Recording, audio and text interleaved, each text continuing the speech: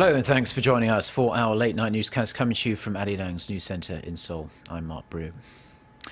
Our top story tonight, Korea marked Buddha's birthday at temples around the country on Saturday. To mark the occasion, Korea's largest Buddhist sect held a ceremony in Seoul. President Park Geun-hye also sent a message wishing for peace and happiness. Park Ji-won starts us off. Around 10,000 people attended a ceremony to celebrate Buddha's 2560th birthday at the Jogae Temple in central Seoul. The highlight of the hour-long service was the message of celebration delivered by the Venerable Chaseung, head of the Jogae Order of Korean Buddhism, the country's largest Buddhist sect. I wish for a bright community that can turn despair into hope, conflict into harmony, and doubt into faith. He also called on people to put down selfishness and reflect on themselves with merciful minds, emphasizing that people need to keep richness in the minds of community and move away from the bountifulness of materials. President Park Geun-hye also sent a message, which was read by Culture Minister Kim Jong-deok at the Jogae Temple. The president said she hoped Buddha's teachings enlighten people's minds and bring true peace and happiness to the country. Heavyweight politicians, including the leaders of Korea's main political parties, like the ruling Saenuri Party's Chung Jin-seok, the Minju Party's Kim Jong-in, the People's Party co-leader An Cheol-soo, and Justice Party leader Sim Sang-jung attended the ceremony at the temple. They hope to win the hearts of the nation's Buddhists, who constitute around a fifth of Korea's total population. Some 20,000 temples across Korea have also been celebrating the day, remembering Buddha's teachings. Park Ji-won, Arirang News.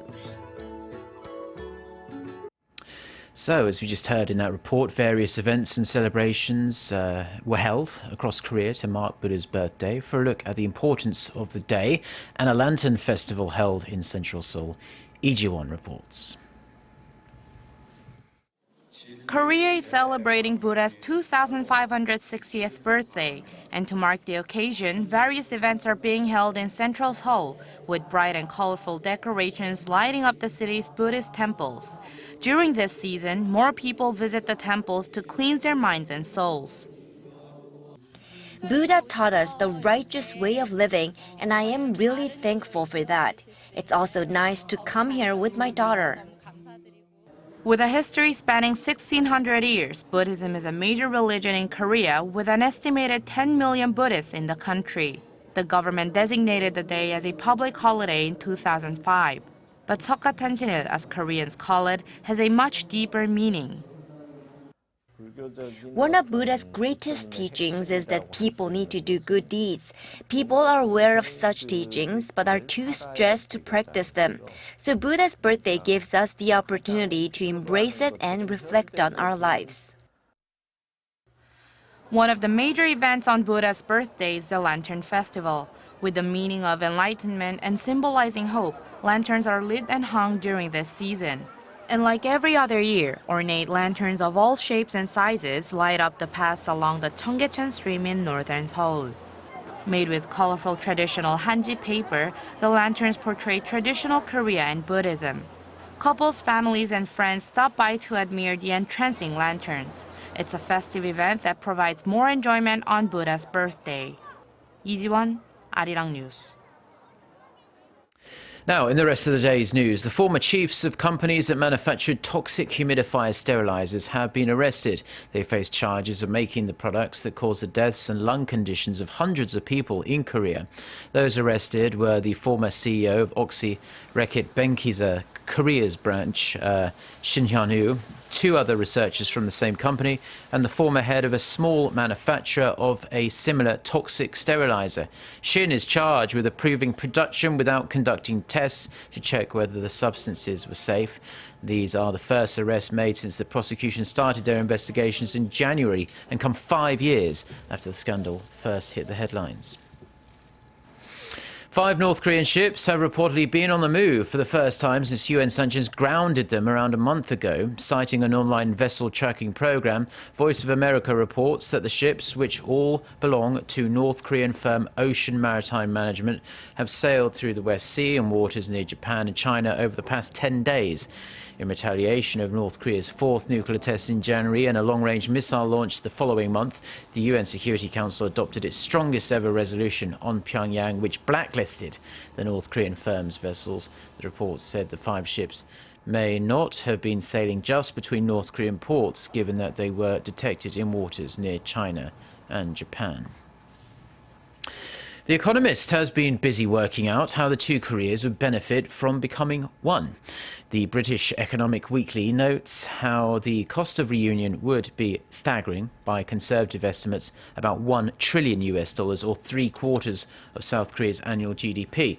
It points out that while that is, of course, extremely expensive, the South would merge with a population in the North that is younger and has almost twice as many babies. That would be a demographic boon as South Korea's working age population begins to shrink from next year. The Economist report says South Korea would also reap a windfall in reserves of rare earth minerals which are used in electronics. On the negative side, though, the report says South Korea's social security system would need to provide for 25 million North Koreans, many of them brutalized and malnourished, including tens of thousands of people in the North's political prison camps. US President Barack Obama has lauded the Nordic nations for their global influence on civil rights, humanitarian issues and curbing climate change. Obama and the leaders of Sweden, Denmark, Finland, Norway and Iceland met at the White House on Friday local time for talks that mostly centred around Russia and its recent military aggression in Ukraine and the Baltic region. Experts say the summit was aimed in part at sending a message to Moscow, which annexed Crimea in 2014 and has stepped up its military posture. Denmark and Norway said Friday that they will contribute toward a build-up of NATO forces in North and Eastern Europe to counter Russia. The president of Venezuela has declared a 60-day state of emergency due to what he says are plots from within the country and from the United States to topple his socialist government. In a late-night broadcast to the nation, Nicolas Maduro said Washington was activating measures at the request of Venezuela's fascist right, who have been emboldened by the overthrow of Dilma Rousseff in Brazil. Venezuela controls the world's largest reserves of crude oil, but it has been in an economic state of emergency since January, including rationing of food and other goods. The country is facing economic ruin largely because of the crash in oil prices. Recent polls have shown President Maduro's approval ratings have dropped to as low as 15%, with a majority of Venezuelans blaming him for the country's dire situation. The United States is monitoring reports that the Islamic State group has declared a state of emergency in its self-declared capital of Raqqa. Posts on social media and news reports suggest ISIS forces in the Syrian city may be under siege. Colonel Steve Warren, who is spokesman for the US-led anti-ISIS coalition, says Washington is still trying to figure out what's going on.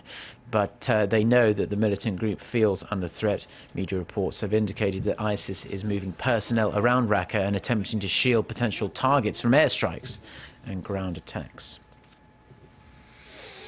Now, a Korean research team has developed a cactus-inspired skin that could significantly improve the efficiency of electric cars. The finding is expected to improve fuel cell performance and transform the EV industry. Park Se-young has the details.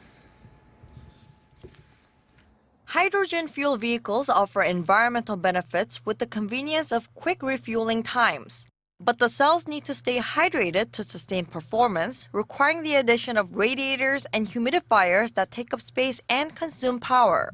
To resolve these issues, researchers from Korea's Hanyang University and Australia's National Science Agency CSIRO developed a vehicle exterior that works in a similar way to a cactus plant. The membrane has tiny cracks, just like a cactus does, that widen in humid conditions and close when it is drier. This means the fuel cells can stay hydrated without all the bulky equipment. The researchers also found that the membrane improved the efficiency of the cells in hot, dry conditions by a factor of 4. The new membrane is similar in terms of performance to existing ones made of fluorine-related materials, but they're now durable in high temperatures.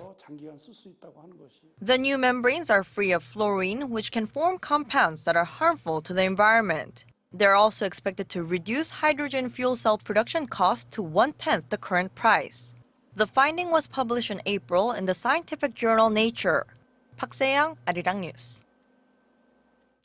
Okay, let's leave you with a weather update. And most of the country is under clear skies tonight. It's going to be relatively mild overnight, with the low dipping to 13 degrees Celsius in Seoul. Sunday is going to be slightly cooler than today, and we will have rain in the evening pretty much across the entire country. Next week, though, is going to be sunny, dry and warm, with daytime highs in the mid to upper 20s all week long. With that, let's take a look at the weather around the world.